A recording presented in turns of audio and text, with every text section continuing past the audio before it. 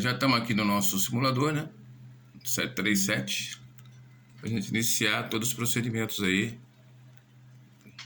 Seguindo aqui o nosso checklist, correto? E as cartas, né?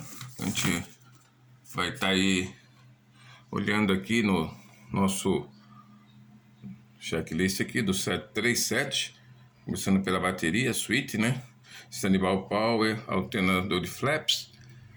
E seguindo aqui elétrica, bomba, pio, tudo direitinho até a gente concluir aqui a Before Start Checklist Complete.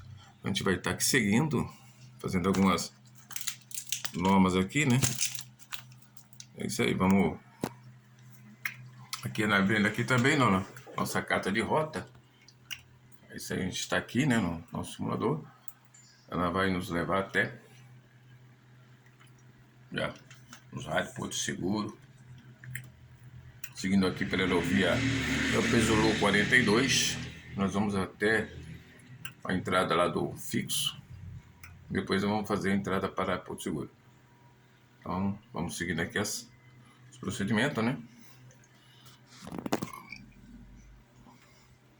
A gente vai dando uma olhada aí na carta. Aqui do nosso simulador mesmo. Vai dando uma checada.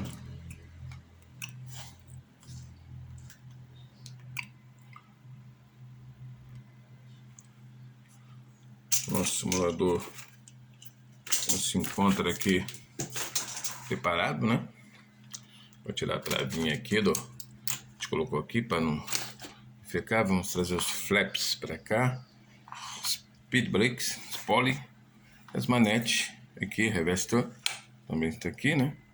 Vamos deixar tudo na posição para nós iniciarmos daqui a pouco nossa decolagem, ok? É isso aí.